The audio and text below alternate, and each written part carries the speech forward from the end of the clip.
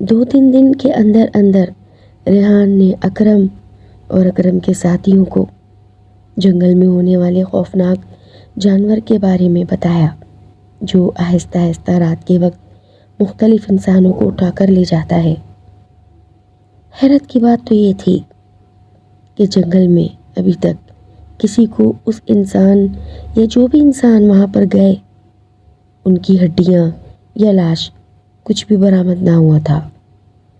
یہ ایک معمہ تھا کہ آدھی رات کو کسی خوفناک جنگل کے آدھی رات کو کسی خوفناک آواز سے گاؤں والے ڈر جاتے اور پھر جنگل میں ایک تانڈو سا ہوتا اور پھر آواز غائب ہو جاتی۔ یہ سلسلہ پچھلے 3 ماہ سے چل رہا تھا۔ آج چاند کی 14 تاریخ تھی۔ اکرم، ریحان اور اس کے تمام دوست جو لگ بھگ 7 ممبرز تھے فل اسلحہ لیس، اب سامی کے ساتھ جنگل میں داخل ہو گئے تھے۔ سامی نے یہ تمام کام اپنے گھر والوں سے چھپ کر کیا۔ اس نے بہانہ لگایا کہ میں ریحان کے ساتھ شادی اٹینڈ کرنے جا رہا ہوں۔ 2 دن کا یہ پلان ہے۔ گاؤں میں عموماً لوگ سادہ مزاج ہوتے ہیں۔ انہوں نے بلا خوف و خطر سامی کو اجازت دی تھی۔ ایگزام ختم ہوئے ابھی صرف 2 دن ہوئے تھے۔ سامی تو امتحان کے آخری 2 پیپر بھی ڈھنگ سے نہ دے سکا تھا، کیونکہ طاہرہ کی یاد اسے پاگل کیے جا رہی تھی۔ اس کا بس نہیں چل رہا تھا کہ اس جانور کو کچا چبا جائے۔ وہ ایک ایسا ہولناک اور خوف زدہ کر دینے والا جانور تھا جس کو بھی کسی نے دیکھا تو نہ تھا، لیکن لوگ بہت غائب ہونے لگ گئے تھے۔ بہت سے لوگ تو وہ جنگل کا راستہ ہی چھوڑ گئے، عموماً جو وہاں لکڑیاں کاٹنے جاتے تھے۔ ایک ناردرن سائڈ کا علاقہ تھا جس کے پاس ہی پہاڑی علاقہ بھی شروع ہو جاتا تھا، لیکن پہاڑی لوگ کافی مضبوط ہوتے ہیں، وہ اپنی دفاع کرنا جانتے ہیں۔ لیکن وہاں نیچے ڈھلان پر جو گاؤں والے تھے وہ بہت معصوم اور سادہ مزاج تھے۔ بات آہستہ آہستہ اب دور دراز پھیلتی چلی گئی تھی کہ اس جنگل کے اندر کوئی خوفناک جانور ہے۔ اب وہ جانور کوئی بھی صورت ہو سکتا ہے، جس کی آواز سمجھ نہ آتی۔ کبھی کوئی اسے بھیڑیے سے تشبیہ دیتا، تو کبھی کوئی اسے ریچھ سے تشبیہ دیتا، تو کبھی کوئی اسے کوئی عجیب و غریب بلا سے تشبیہ دیتا۔ یہی کہتے کہ کوئی بلا ہے جو اس جنگل میں گھس آئی ہے۔ کبھی کوئی اس کو کسی سائے سے تشبیہ دیتا۔ یہ ایک معمہ تھا جو بڑھتا ہی چلا جا رہا تھا۔ سب ڈاک بنگلے پر اکٹھے ہو گئے تھے، وہاں پر اپنے بیگز رکھے اور اب اپنے اپنے اسلحہ نکال لیے تھے۔ سامی، جس کے پاس نہ اسلحہ تھا نہ ہی کچھ سوائے کپڑوں کے ڈرامے کے جو اس نے اپنے گھر سے آنے کے لیے کیا تھا۔ سامی کے پاس ہر وقت ایک ماچس رہتی تھی کیونکہ وہ بہت زیادہ اسموکنگ کرنے لگا تھا۔ سوائے ماچس اور سگریٹ کے ڈبے کے اس کے پاس کچھ بھی نہ تھا۔ اس کا بس نہیں چل رہا تھا کہ وہ اس جانور کو ڈھونڈے، مر جائے یا مار دے۔ جلدی کرو، کس چیز کی دیری ہے؟ صبح ہونے میں ابھی صرف اور صرف 6 گھنٹے باقی ہیں۔ آرام کر لو۔ ہم یہاں سے 4 بجے جنگل کی طرف کوچ کریں گے اور دیکھیں گے شاید ہمیں کچھ قدموں کے نشان مل جائے یا کوئی بھی ہمیں ہنٹ مل جائے۔ ہم 3 ٹولیوں میں بٹ جائیں گے۔ اور سامی، تم پریشان نہ ہو، ریحان کے ساتھ رہے گا۔ اکرم، ریحان اور سامی۔ اب باقی لوگ جو بھی بچے وہ ایک طرف ہو جاتے۔ 4 بج گئے تھے۔ اکرم تھوڑا سا شراب کے نشے میں تھا کیونکہ اس نے غصے میں آج شراب پی لی تھی۔ جو کہ ڈاک بنگلے میں ہی موجود تھی۔ کچھ دوستوں سے بحث ہو گئی تھی۔ حالانکہ اکرم شراب پیتا نہ تھا، لیکن بس شاید پچھلے کسی گیسٹ نے وہاں رکھ چھوڑی اور وہ پی گیا۔ غصے کی وجہ سامی ہی بنا، کیونکہ سامی کو ہتھیار چلانا ہی نہیں آتا تھا اور وہ ریحان پر مسلسل غصہ ہو رہا تھا کہ تم اس بچے کو کیوں لے آئے ہو؟ اپنی عمر دیکھو اور اس کی عمر دیکھو۔ معاملہ عشق کا تھا، اس لیے سامی سے برداشت نہ ہوا اور اس نے بھی اکرم کو کھری کھری سنا دی۔ میں اگر مر بھی جاؤں نا تو مجھے جنگل میں ہی چھوڑانا، میرے گھر والوں کو بھی مت بتانا۔ بات کافی حد تک بڑھ گئی تھی، لیکن ریحان نے دبا دی۔ کسی کو کچھ نہیں ہوگا، انشاءاللہ ہم خیریت سے واپس آئیں گے، کیوں پریشان ہوتے ہو؟ بیٹھے بیٹھے 4 بج گئے تھے۔ سب نے بہترین قسم کا ناشتہ کیا، جو کہ ڈاک بنگلے میں سرونٹ نے ہی بنایا تھا۔ وہ ڈاک بنگلہ اکرم کا ہی تھا، جو وہ وہاں شاذ و نادر ہی جاتا، لیکن اکرم برائے نام ان کے والد کا تھا اصل میں وہ ڈاک بنگلہ۔ سب کے سب اب جنگل کی طرف روانہ ہو گئے تھے۔ دور سے آتی ایک خوفناک آواز، سب ایک دم ٹھٹک گئے اور ایک دوسرے کو صلاح دینے لگے، تھوڑے خاموش ہو جاؤ اور دیکھو، ہم ٹولیوں میں نہیں بٹیں گے کیونکہ ہم کم ہیں، ہماری تعداد صرف 7 ہے۔ اگر خدا نہ خواستہ کسی ایک کو کچھ ہوا تو دوسرا بھی بے بنیاد مارا جائے گا اور پتہ ہی نہیں چلے گا کہ کون سا جانور کس کو کہاں لے گیا۔ لہذا ہم ہاتھ پکڑ کر ایک لائن کی صورت چلیں گے